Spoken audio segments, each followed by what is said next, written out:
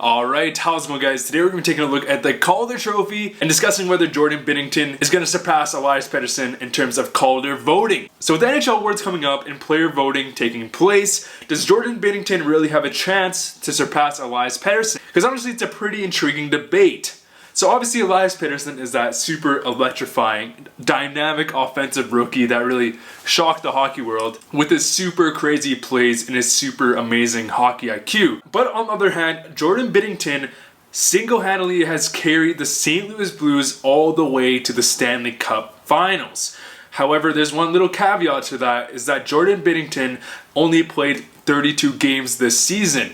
In those 32 games, he posted a .927 save percentage, a 1.89 goals against average, and he's been having an amazing playoff run with a .911 save percentage with a 2.52 goals against average. On the other hand, Elias Pettersson has battled from some injuries, but he ended up having 66 points in 71 games with 28 goals. So I'm obviously a Vancouver Canucks fan, so I'm not trying to be biased here, but I still do believe Elias Pettersson will win the Calder. However, I do think Jordan Binnington does have a shot. And honestly, I think he could be the consensus winner, but he's only played 32 games. So it made me think, let's go take a look back at previous Calder winners who were goalies and kind of look at their stats, kind of look at how many games they played, and go look at the other rookies within that season that they were competing against. So the 2000-2001 season, Nabokov took home the Calder. He played 66 games, had a .915 save percentage, a 2.19 goals against average, and had a short stint in the playoffs. Definitely some really good stats from rookie goaltending. In 2000-2001, there was also a really good rookie class, with the likes of Danny Heatley All-Star, Brad Richards, Ilya Kovalchuk, and some other notable prospects like Marian Gaborik, Pavel Datsyuk, Daniel Sedin. This was just a very good rookie class. But with that being said, Danny Heatley only had 67 points in 82 games, which obviously is a very good rookie season, but not as good necessarily as Elias Pettersson's rookie season this year. But we also did have Ilya Kovalchuk, who had 51 points in 65 games, also just fantastic numbers. So when comparing that to Nabokov had a .915 save percentage and played 66 games. Those are good, decent numbers. They're not fantastic, but they're definitely great for a rookie. This is actually pretty surprising because when you look at these numbers and look at the rookie class that year, I would actually assume that a Danny Heatley or Ilya Kovalchuk would have taken home the Calder that year, but that just wasn't the case. In 2003-2004, we had Andrew Raycroft, who played for the Boston Bruins, who was then later traded for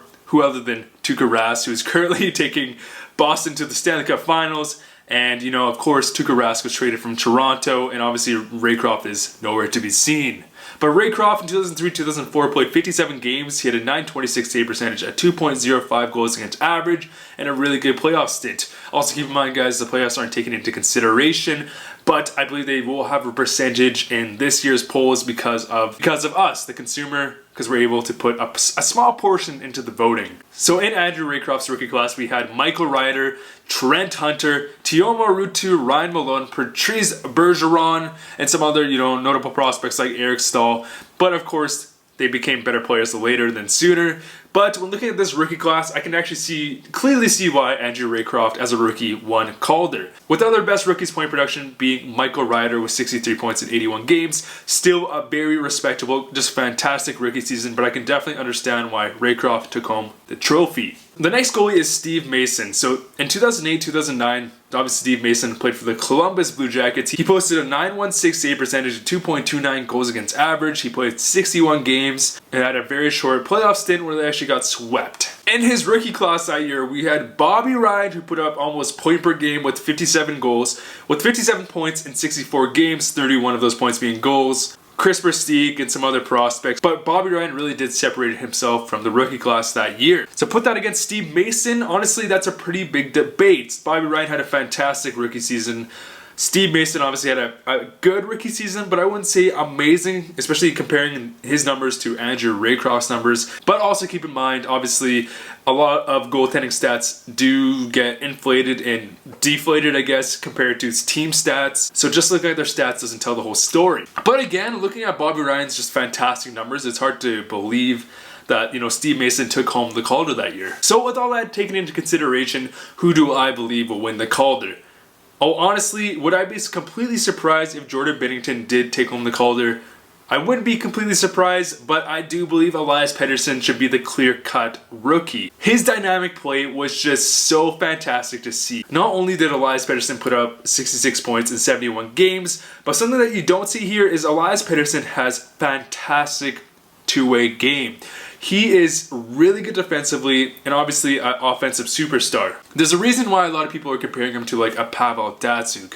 Elias Pettersson does lack size, but he is a fantastic two-way player. He was so exciting to watch and really carried Vancouver on his shoulders. Vancouver would have been a much worse team without Pettersson. At times, Vancouver was even, contesting for a wild card spot, but without Pettersson, they wouldn't have been close. And obviously, Binnington has had a fantastic rookie season, and if he did play 50, 60 games, I would actually say Binnington would probably take home the Calder just based on those fantastic stats he's been putting up. But with 32 games and it being based on regular season play, I do believe Pettersson is the guy. However, if you guys do disagree, definitely let me know.